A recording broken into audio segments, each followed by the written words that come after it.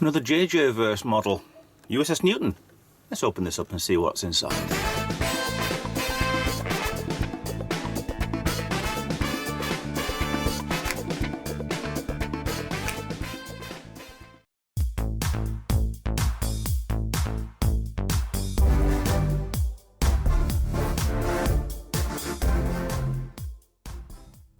Hi guys, Retro Trek Ralph here, another Star Trek, the official Starship collection, magazine and review by Eaglemoss. Yeah, I'll keep that in. This time it's the USS Newton, NCC 1727. Before I start, the last one that I did, which was the Mayflower, it was 1621. That was when the ship sailed. I've just noticed this because for the Newtons, the 1700 should be the Constitution class. Slight nitpick on that, but this is the USS Newton, and this is the day, well, the year that Newton died. That's why they're on 1727. This ship was seen in Star Trek, and it was seen in the last video as well, but we didn't fully show that off anyway. But it was shown in Star Trek. It was zoomed off toward Vulcan to help. It was more prominent because it was in front of where the Enterprise was. So you'd see this a lot more with having... yeah, with having a very interesting configuration. So usual box, windowed box, not entirely keen on these, but this is how they come. Back to one side, there we go. Interesting half saucer design, but we don't want to see that yet. Let's get you in with that button, and let's have a look inside. Kelvin timeline 315, so it's longer than the last one. Crew 250, warp 9.2. Is this old style warp speed, or is this nowadays sort of next gen warp speed? We don't know. So we've got inside, you've got your specs, where to stick your stand when you want to, so it doesn't actually go on the saucer, it goes on the, what does it? Looks like it goes on the bottom legs on here, well, necks, shall we say. We'll get around to that in a bit anyway. It is very interesting the style of this, with it being just a half moon shape, but you've also got bigger parts to get to the warp nacelles. I mean, these are secondary hulls because they've got a deflector dish on them, unless they just like things to move out of the way with a deflector dish on them. I don't know. This kind of looks like a bit more of a advanced ship than the last one, but still looking quite a lot exactly the same with the nacelles up here, because the one don't think had much on the lines of that, because it had two nacelles underneath and no deflector. Okay, see, there it is. There's a picture I'm on about here. Actually, you could probably see all the ships we've seen on here so far. I think the Enterprise is up there, potentially there. That's 3 nacelled. I think we might have had that one. Was that with the Armstrong? I think it's there. Yeah, the ships are around. There's another 3 nacelled one there as well. But yeah, there's parts of Starships all over the place. But we did see it like straight there. We've seen this one. I think that was the Armstrong. But yeah, there's so many different variants they did, but they can do them so easily. It's ridiculous. You've got a template and you can swap and change stuff, which is nice to see easy Starship design. Just, it's a little bit oddball Starship design. Concept illustrator for the medvac from the Kelvin. It does get with these, to show all these little intricate parts and compartments and stuff, but it doesn't show anything else. I mean, your engines are out here, but you've got a lot more stuff inside, and it doesn't seem to look like there's more to it. Well, the shuttlecraft there, that looks very much like the shuttle that Defiant had in Deep Space Nine, or at least a similar variant. Shuttle pods from Motion Picture, slightly changed, but I don't think we saw them. Very interesting. I do like seeing these concept arts, and it's just how things could have been. Oh dear, the police thing with wheels. You thought the 23rd century wouldn't have wheels? Okay, but it ended up with that one instead of the wheeled. Iowa State Police, the ISP.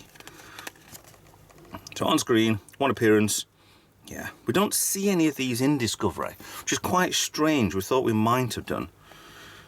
but we might get there and eventually. Also, a bit of fun trivia here. James Doonan, of course, played Scotty. That's actually Chris Doonan, who played a cameo as a transporter chief, ironically, with Scotty, who's, yeah, was a nowadays Scotty, who isn't the Scotty, who is the Scotty.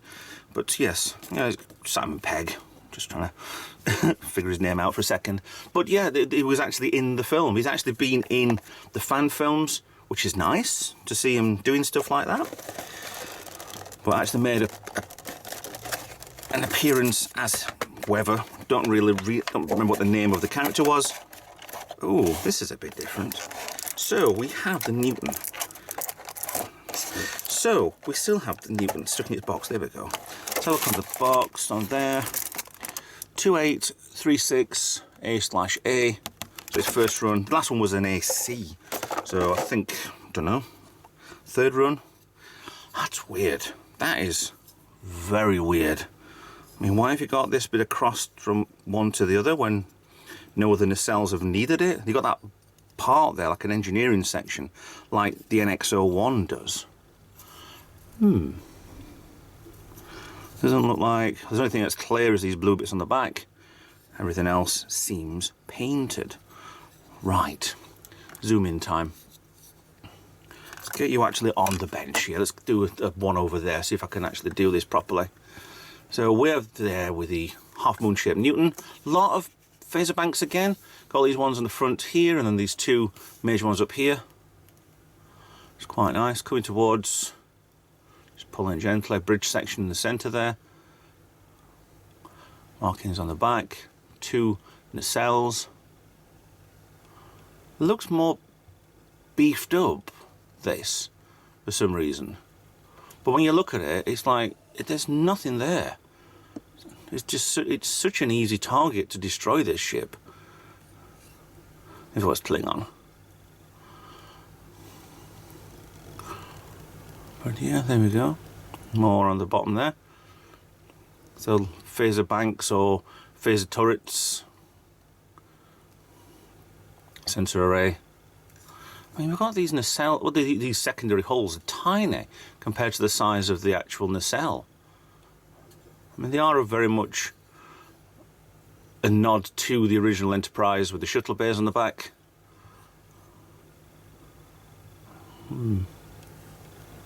Just an alteration to, yeah, the norm, which is fine. I'm sure plenty of different Starship designs. We don't have the same cars. We have lots of different cars. I mean, I drive a Ford. People drive other different cars and stuff. Yeah, that's fine. But different designs, different years. I can't see that not changing in the future. Yeah, the nacelles. The registry number on side of them. And these fins up the top of here, which, yeah, a nod to the original series, I suppose. Yeah, out a little bit. I can show you a little bit closer if I can. USS Newton. So yeah, same again, you've got this primary hull. The saucer, or half saucer, is metal. Looks like the whole lot of it is metal. Up to this joint here, then everything behind that is plastic. Looks like this top section here is also metal as well. Right on there. So, I mean, it's an interesting shape, but you've got this bridge section between, or bridging section, should I say, between the nacelles. Is it torpedo launchers? Is it engineering? Is it impulse?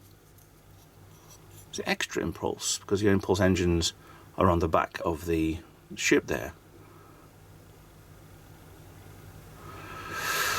But different. Very different. Now the two decks between the warp nacelle and the saucer, holding everything in place. I mean, it doesn't look like there's anything that's been not glued in place properly, so that's well done, Eaglemoss. Oh, hold on, there's a gap in there. So, there we go. Newton, obviously, yeah, Newton needs absolutely zero introduction. If you don't know who Sir Isaac Newton was, then, yeah, or just go and Google. You'll figure him out. This is a sci-fi Trek model review video, not a science fact review. But yeah, that's just where Star Trek and reality do mix together, which is nice, because we do get to learn lots of things. Although this is not the channel for that. I just like to show you these. If you want to buy one yourself, go out and buy one. Not affiliated with Eaglemoss. Don't get anything free from them. Which, you know, I've been plugging these guys for quite a few years now. You'd have thought I might have got something. It's not going to happen. I know it's not going to happen. So, yeah. It's odd that it's just a cut-off shape. I'm not entirely keen on the cut-off shape. Especially when it looks like it's just been properly cut off. There's no deck windows at all on the back of the saucer. Just looks a bit odd, like it could connect into something else. But, yep, usual size, kind of standard scale for the official Starships collection, which is quite nice indeed. Oh, there, NCC 1727. Like I say, it's the year that Sir Isaac Newton died. So that's why it's not a Constitution class. So that's fine. So anyway, if you like that, go out and buy one. If not, don't. Like I say, I'm not affiliated with them. Please like, subscribe, follow me on social media, and I'll see you in another video. Bye for now.